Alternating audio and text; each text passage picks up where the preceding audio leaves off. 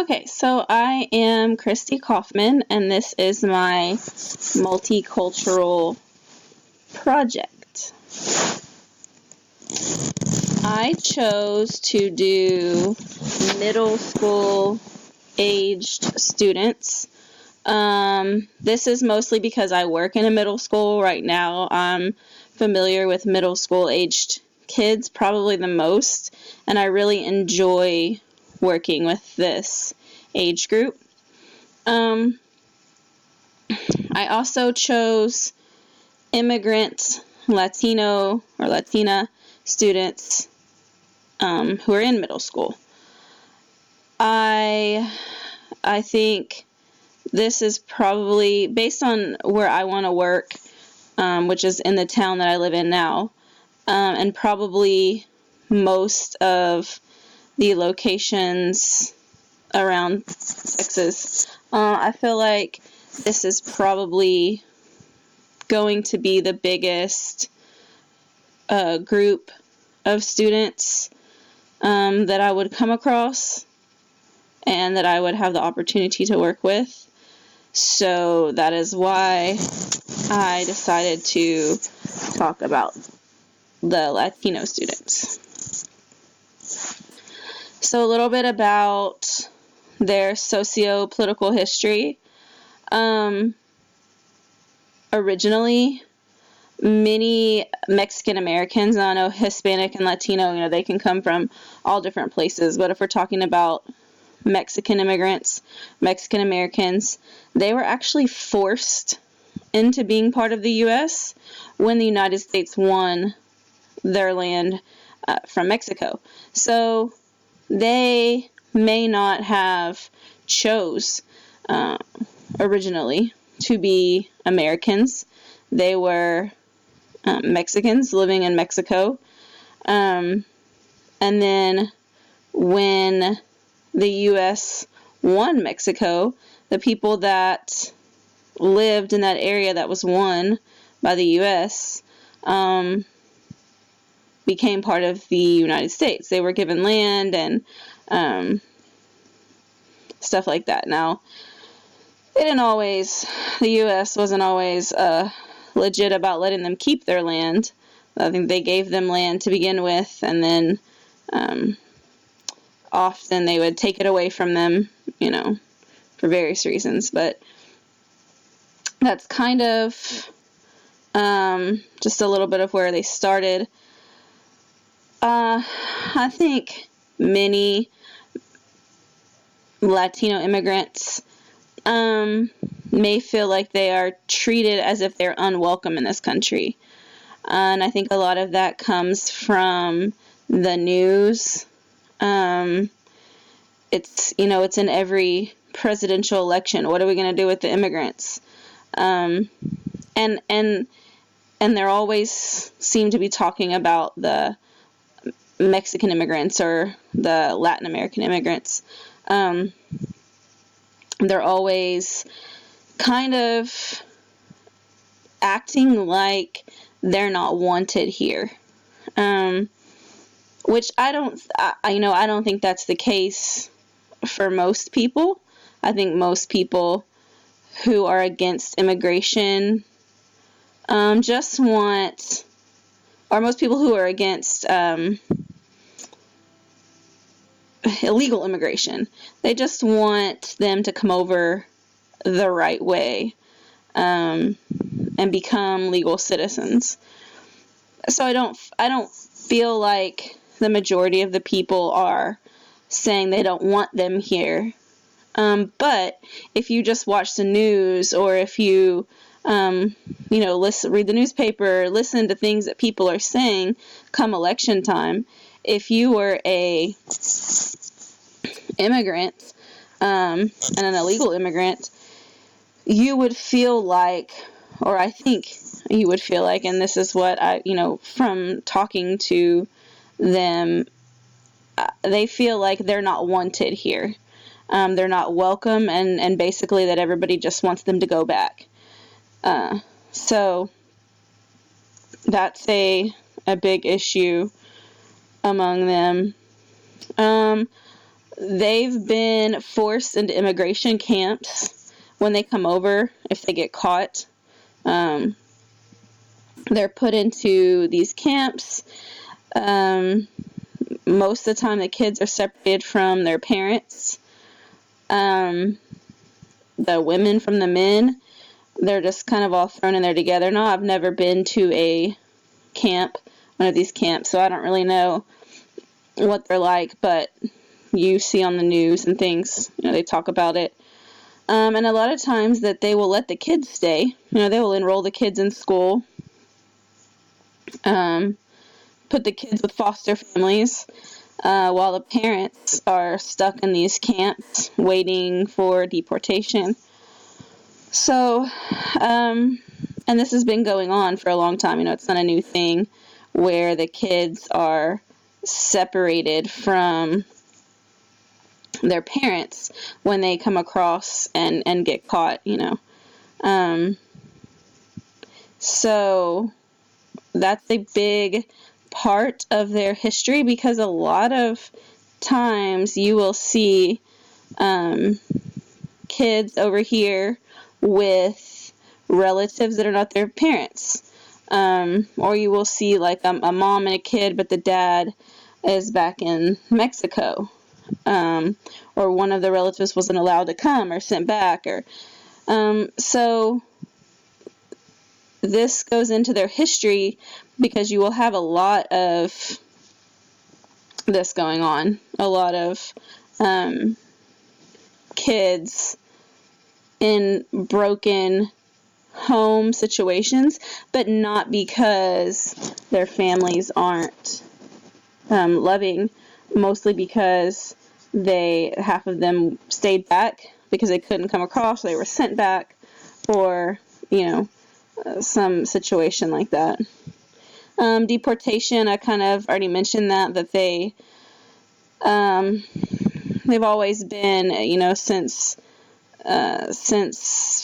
we started the U.S., they started sending people back if they got caught. They would, they would catch them, put them in the camps, and then send them right back. So that's a big part of their history. And then there's the Voting Rights Act of 1965. That's when the government, said that you can't discriminate against anyone when it comes to voting, that everyone can vote. However, the language barriers on the ballots and at the polling locations prevented the people who didn't speak English from voting, because they weren't helped at the polls, they weren't given translation items, so it was hard for them to have a voice or say so. And then in 1975, Gerald Ford amended the act to include language barriers. So he made it to where at the voting locations, they had to have translators and translated material to include the Spanish-speaking population and any other speaking population, but particularly this is for the Spanish-speaking population, so they could have a voice. They still don't vote in as big of numbers as there are here in America, but I don't think any group does. So, some key issues among Latin immigrants is the language barrier is a big one. School is hard when you don't speak the language that the instruction is being given in. The teacher's at the front talking, and you don't have a word don't have a clue about the word she's saying. It would be really hard to learn if part of learning is being taught, and if you can't understand what's being taught, then how do you learn? So that's a big issue. Also, many small school districts don't have adequate staff to provide the need for Spanish-speaking students. I know my school district in particular doesn't. We have one ESL, I think she's called a teacher, but she doesn't really teach classes. She just kind of goes around and checks on the kids. And we have one, and she's there for all of them. There are no ESL classes or Spanish-speaking classes or any kind of support for them other than this lady who just checks in once a 6 weeks on their grades. So they don't get the support that they need, especially in small districts. And, we don't even have anybody that speaks Spanish at our school, so, other than maybe one janitor. So just being able to communicate at all is, in the school setting, is a big deal. And then ultimately they may end up giving up with school because of the stress of not knowing the language. You're in a class where there's kids talking, they're communicating, they're friends, they're laughing, and then you have the teacher trying to teach you something, and then she hands you an assignment and you're supposed to turn it in, but you can't read the assignment. You don't know what the teacher taught you.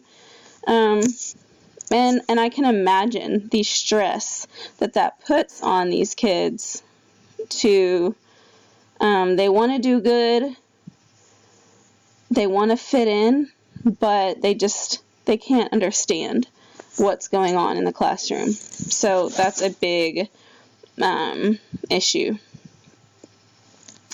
I put stress as a key issue, but it kind of covers a lot of things for them. Deportation may be a constant worry. If you're constantly worried about whether you or your family members are going to get sent back to Mexico or whatever country that you came over here from, I can't imagine the stress that would put on a child trying to go to school, trying to learn the language, trying to fit in, and then always being worried about whether or not their family is going to get caught and sent back. So that would be a big stressor. The news, you turn on the TV and you hear everything about immigrants and, send them back and build the walls and back and forth. So that would be a stress. The language barrier, which I talked about as far as just, and at school, yes, but also just in the community, buying groceries or going out and having a good time. Everything is in English, so it would be hard. Just daily routines and daily activities would get a little stressful, not being able to speak the language. Family separation, like I said, there's family members that are stuck in Mexico and some are here, and so that's hard on the families and the kids, especially, if half of your family's here and your mom or dad's over there, and so that's an issue. Academics, they may be behind. I've noticed that the kids that I've had that come from Mexico, sometimes they're a year or two behind academically, just because the schools are different. And then it's hard to make friends. If you don't speak the language and you can't talk to anyone, then it would be hard for you to make friends. My identity and the Latino immigrants, I went to an all-Hispanic elementary school. I was the minority. There was like 2 Caucasian kids in the whole school. So I kind of have a little bit of experience being immersed into a culture that's not my own. I also travel to Guatemala every year, and I immerse myself in their culture just because I enjoy getting to learn about other cultures, and I want to learn Spanish, so I feel like if I just throw myself into that situation, then it's easier to learn. And then my son's family is Hispanic, and some of his family members don't speak English, so we have a lot of encounters with that also. And then counseling and Latino immigrants, be patient, check in with them weekly, show that you're interested in their culture, introduce them to Spanish classes and clubs, make sure the teacher selection is, teachers that are going to work with them, and introduce them to kids that will be available to help. That's very important, just to have that social dynamic. All right, thank you.